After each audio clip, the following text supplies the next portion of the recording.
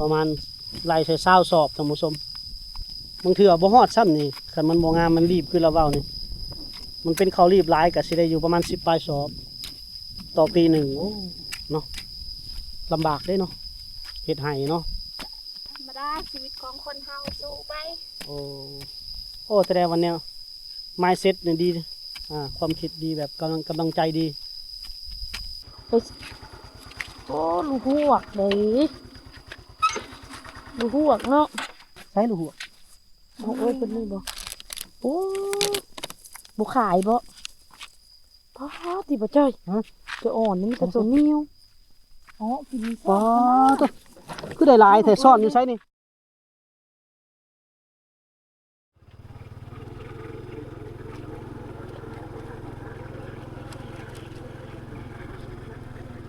บ้านนี่เป็นห้างเนาะ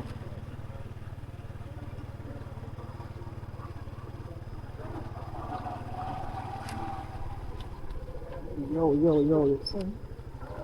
แตะมันมีสุกแห้ง ตัวไปตัวมันแล้วลงต้มอยู่ละ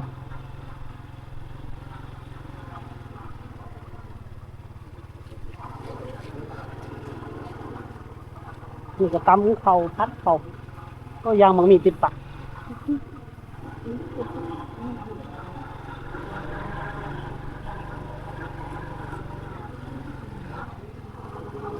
เสียงตู้เท่าไหร่ทางใดวะซ้ายหรือขวา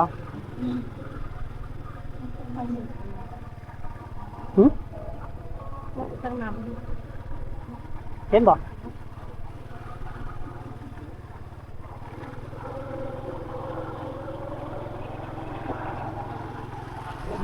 เอาละท่านผู้ชมเขาออกจากบ้านทาเทแหละสิเดินทาง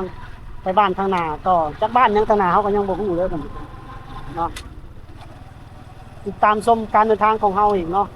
สิไปบ้านยังก็ติดตามกันต่อไปเนาะพอออกแล้วจากบ้านทาเทเพิ่นเนาะสิทางต่อเด้อบรรยากาศมื้อนี้แดดออกดีมื้อนี้ฝนบ่ตกบ่ติดออกจากบ้านเฮาปกติดีแถวนี้เด้อฝนมักตกดี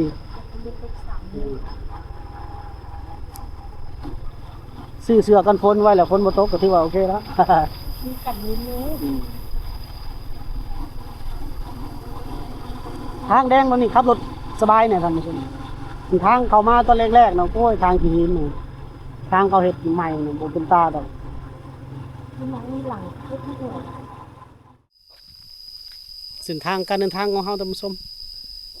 มาแล้วเห็นเพิ่นเสียหญ้าให้โอ้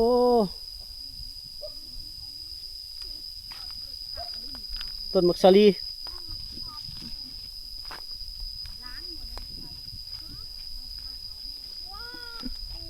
เขียวงามดีเนาะเขาให้เนาะ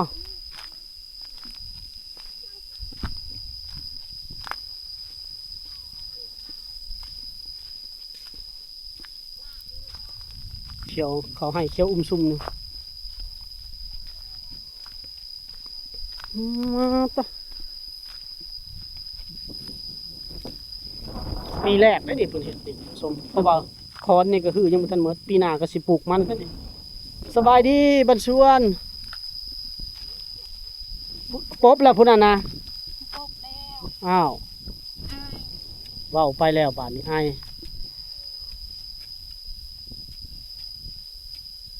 รักอ้ายผู้ใดเด้รักอ้ายผู้บ่าวบ่เจ้าบ่ได้รักอ้ายเนาะเจ้าเนาะ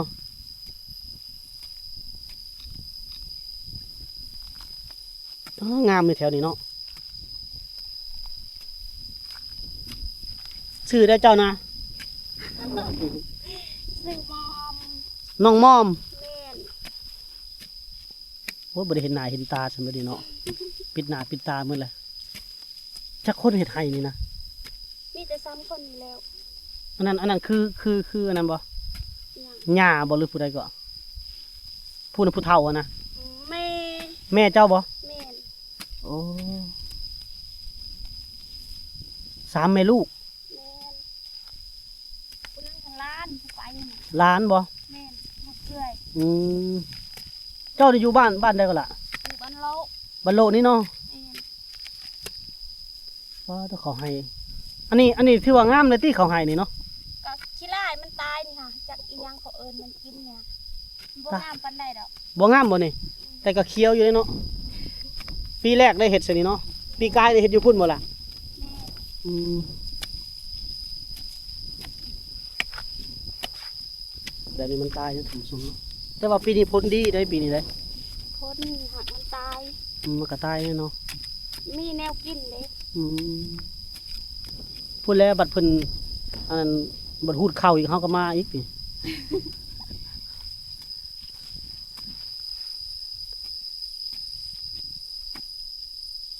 3 คนเสียหญ้าเนาะบ่ได้เอาแห้งบ่เสียหญ้านี่ บ่แล้วให้บ่กว้างเด้ อันนี้บ่กว้างบ่ แม่น โอ้ปีหน้าเลยปลูกมันต้นไทรแล้วนี่เนาะ จักสิได้จักบ่บ่ฮู้ยันบ่มีทางเฮ็ดนะ ตัวนั้นของชุเจ้าว่ามันต้นตัวนั้นก็แม่นบ่ ตัวนี้บ่ ตัวพุ่นน่ะ แม่ของเอื้อยนี่ค่ะ โอ้สิได้จักกระสอบเนาะหมดนี่เนาะ จักยังบ่ เฮา ฮู้ เฮาบ่เคยเฮ็ดให้เด้เฮาอยากรู้จักน่ะกะบ่ถึกบ่ กะบ่เป็นคือกันบางทีก็มันรีดก็บ่ได้ อืม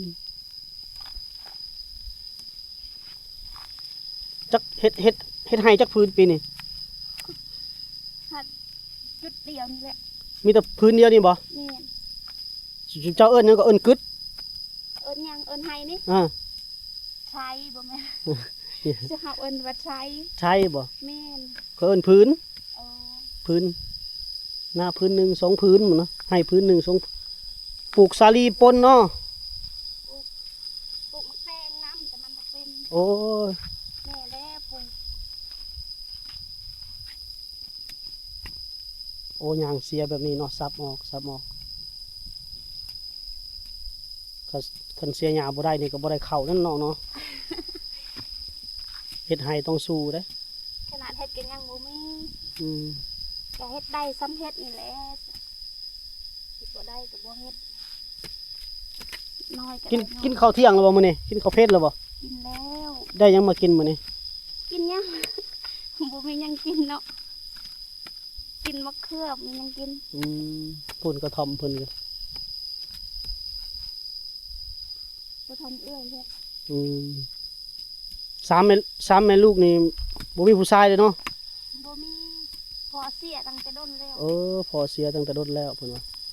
ตัดไม้ตัดตอกได้ผู้ใดตัดให้นี่นะ ไอ้เคยตัด อืม เขาเอาจากสกินมาตัด แต่ ตัด บ่ได้ ตักหั่น ปกตินี่เขาฮื้อออกที่ธรรมดาแหละแม่นบ่ แม่น อันนี้สุเจ้าบ่ไหวฮื้อเด้เนาะ มันใหญ่ แม่นแล้ววะ อืม ปกตินี่เขาฮื้อออกหมดคอนมานี่ มันง่ายเด้ยกบ่ไหวนี่ แม่น บ่แพ้จะได้บักไปกับบักบ่ได้ก็ไอ้เคยมาตัดให้ ๆอืม เอาจักซื้อน้ำมันให้เขาตัด อืมแต่ว่าโอ้เขียวงามอยู่สำหรับเฮาเบิ่งนี่เขียวงามอยู่ ไม่แต่ง่ายเด้บักบ่ไหว นั่นแหละถอนบักใหญ่หนึงคนก็บ่ไหวโอ้ตายแล้วข่อยไปเฮ็ดนี่จอยเลยแล้วข่อย ไปทันคนคอนนี่ออกหมดนี่ สิก้อยก็บ่ไหวคือกัน บ่ไหวกันเนาะ เฮ็ดซ้ำเฮ็ดได้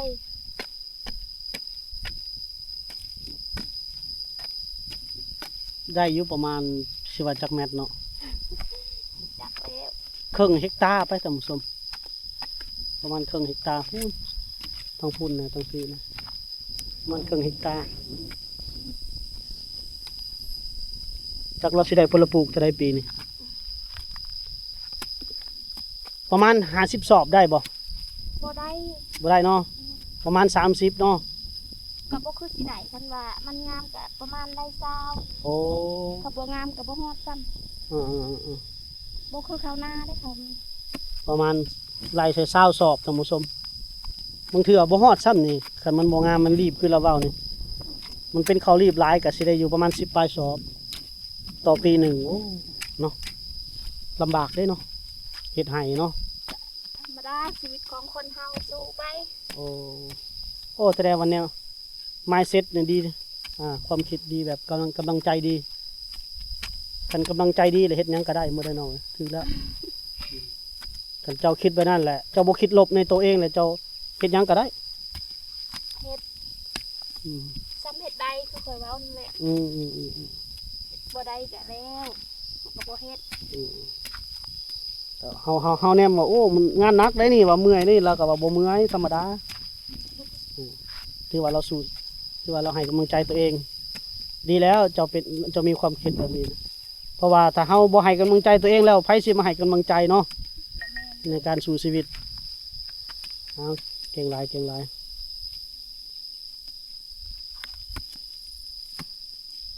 จะมาแต่บ้านได้นี่นะ อ้ายมาแต่พุทธแดนสวรรค์ผู้ใดเมืองเซโปนผู้ใด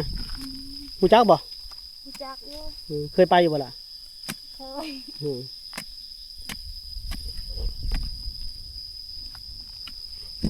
เสียหน้าภายหน้าลาวเนาะซับโอ้บัดมักสลีใหญ่แล้วมาถ่ายอีกทีหนึ่งมาเลาะถ่ายผู้นี้ร้านบ่ผู้นี้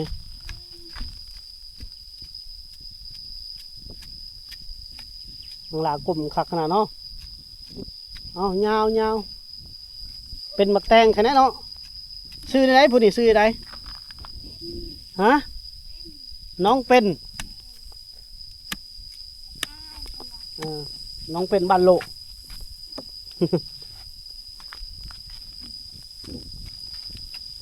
ก่อนมีต้นไม้ต้นใหญ่เนาะแต่ก่อนใช่ไหมเป็นดงแบบนี้แล้วแต่ก่อนเนาะ เป็นดง แบบนี้แล้วเนาะเป็นดงเป็นป่านี่แหละฝนตัดบักมาโอ้เผาถ่านเด้เนาะคอนบักใหญ่เนี่ย ทางบ้านเฮาเขาบ่ได้เฮ็ดทาน เฮ็ดถ่านก็เคลื่อนไหวบ่ได้เด้อท่านผู้ชมแก้ถ่านไปเนี่ยก็ผิดกฎหมายอยู่เลยลองเอาขึ้นรถเต็มรถกระบะปิกอัพคันหนึ่งก็เป็นเรื่องเป็นราวแล้ว โอเคขอบใจเด้อน้องเด้อ ก็เป็นหยังเข้าใจ น้องยังก่อนลืมล่ะ มอม น้องมอมบันโลมื้อหน้าก่อนมาแวะลินนำบัดกินข้าวงะก่อนเด้อ แวโลดเอาไป กินข้าวงะไปลินนำน้องมอมบันโลมีเกลือได้มาขึ้นมาถ่ายขอบใจหลายโอ้เขียวงามแล้วสำหรับเฮา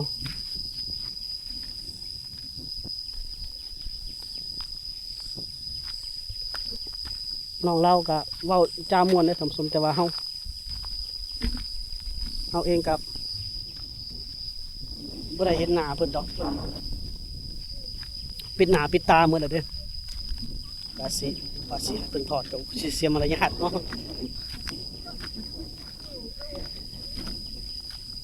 โอ้ทางพี่ก็โอ้ทางพี่งามเลยทางพี่สมสมนี่เบิ่งพุ่นเขียวงามอุ้มทุ่มนี่ปลามักแตงเขียวงามอุ้มทุ่ม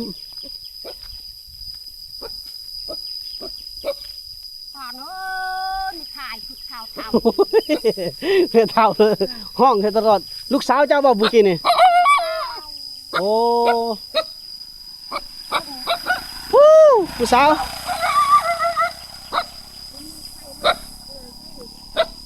งามเนาะเขางามเอาแล้วมาเนี่ย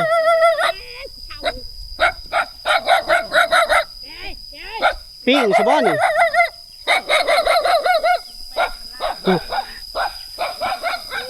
โอ้แดดขนาดเลยไม่เท่าก็สู้ขนาดนั้นไม่เท่าเนาะอืมอยู่พุ่นก็แดดหมดแหละบ่มีห่มบ่มีห้อยเลยบอกกัน ก็เจ้าชื่อเราโตกลางหายอยู่เนาะ อันนี้ว่าเขาเป็นตอกังไห้ เอ้ามันไม่มีหุมมีห้อย ตอกังไห้บ่มีห่มบ่มีห้อยเนาะอืม ำแห้งเม็ดแกะแยก อืม ผ่านเอ้ย ยักไม่เท่าก็จมไปชัง จมหอน หมากันเนาะไปเราเดินทางต่อเนาะเรื่องราวของแม่เท่า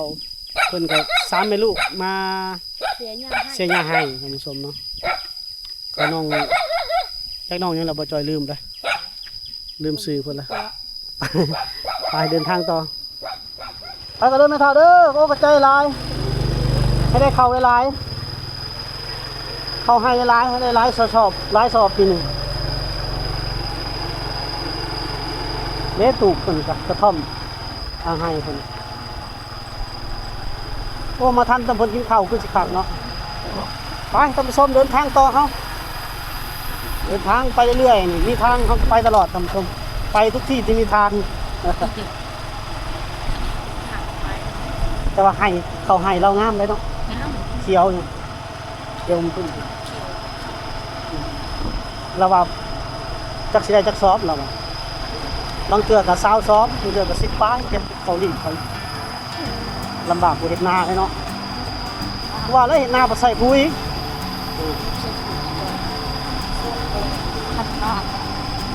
พันกว่าบาทแต่ว่า700,000บ่ซอฟมี700,000บ่700,000สอบปุยอยู่เมืองลาวเขานี่700,000ได้ท่านผู้ชม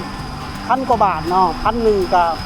650,000แล้วอีก500ด้วยกันโอ้ประมาณแล้วประมาณ1,100 1,200ก็นี่แหละ1,200 บาทต่อสอบหนึ่ง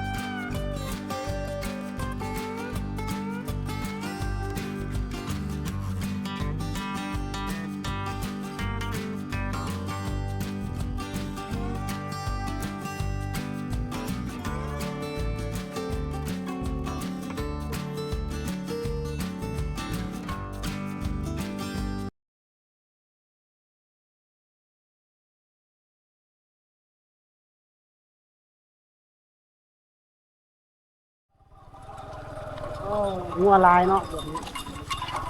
ทำน้ำ ก็เห็นควายเนาะ ตัวไม่เครียดอยู่แต่งัว ทั้งไปทั้งสะแขกนี่โอ้เด็กงัวลายเนาะ เนี่ยโตติ้งตุ้ยดูแล้ว FC บ่นี่ FC บ่จ้อยป้ามือฝนมาแล้วบ่จ้อยเอ้ยบัดนี้ ผมมีญาตินะดูดิ เสื้อกับฝนมีแล้วเนาะ เสียกันฝนเตรียมพร้อมเรียบร้อย เตรียมเรียบร้อยแล้วไปไหนเด้อ มาแต่ไสเนาะ จะได้อันมัน มียัง ไปโอ้ลูกหวกเลยลูกหวกเนาะ ใช้ลูกหัว โอ้ยเป็นนี่บ่โอ้บ่ขายบ่ป้าติบ่จ้อยจะอ่อนนี่มันจะตัวเหนียวอ๋อกิน ป้าตัวคือได้หลายแต่ซ่อนอยู่ไสนี่ นึกว่าซ่อนอยู่ปูอยู่นี่รักไว้เลี้ยง นะเอ้าผมก็จะได้หลาย เต็มแยงนี่บ่ เอ๊ะผมไม่ ตะบึนเจ๊บ่ จะเบิ่น แซ่บได้เนี่ยแกง ลูกหวกตัวนี้ แล้วลูกหัวไอ้แยงอ่ะเนาะ ตัวนี้อ๋อเด้เนาะ ตัวนี้เอาแซ่บขนาด ตะบืนเพิ่นจังภาษา เราบ่ขายเราเอาไว้กินเอง ไม่เห็นแล้วไป ฮะ โอ้โห บ่เฮ็ดได้เลย บ่เห็นเลย บ่ฮู้ซ้ำว่ามองใดขัว หมดไอ้ขัวบัดนี้ จอดนี่แหละ โอ้โหบอมาเห็นเรามาเห็นสภาพตอนนี้มีขัวนะตอนมีขัวกับตอนนี้มีขัวเนาะไปหมดเลยป๊าดิ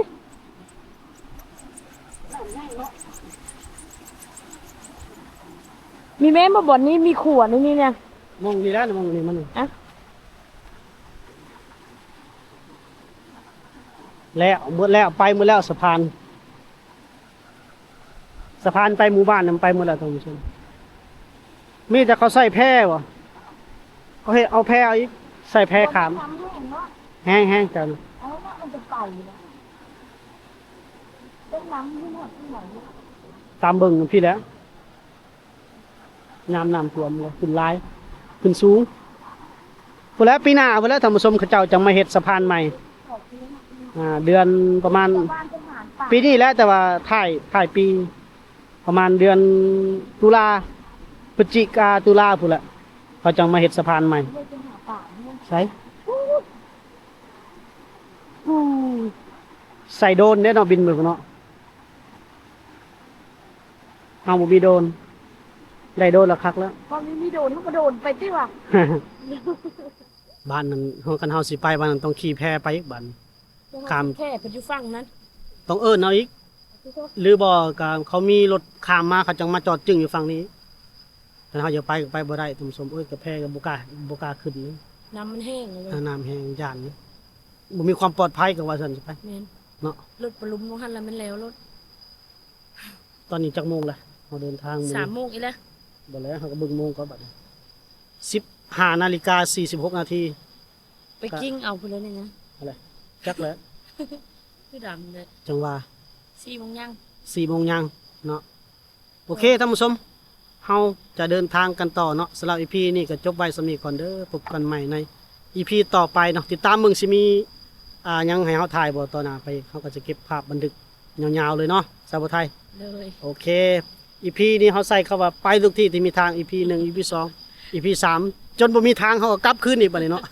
มีน้ำเซ่ได้ไปไม่ได้กับ เพราะว่าช่วงนี้ช่วงหน้าฝนอยู่แล้ว ไปการไปออกไปถ่ายทำคลิปก็ยากแน่เนาะการสิไปแต่ละหมู่บ้านนี่ก็ถือว่าพบกับอุปสรรคก็ มีแบบมีห้วยมีหองขนาด มันขาดมันหยังเนาะบางเทื่อก็ฝนตกห้ำ เห็นบอกมื้อนี้โชคดีบ่มีฝนเนาะ เดี๋ยวว่าโชคดีก็มืดตื่นๆมาทางหลัง มืดแล้วบ่ เนี่ย โอเคท่านผู้ชมพบกันใหม่ในพี่นาสวัสดีพี่นิสบายดี สบายดีเด้อ ติดตามตอนต่อไปอีกเด้อท่านผู้ชมเด้อฝากกดไลค์กดแชร์ให้พร้อมเด้อ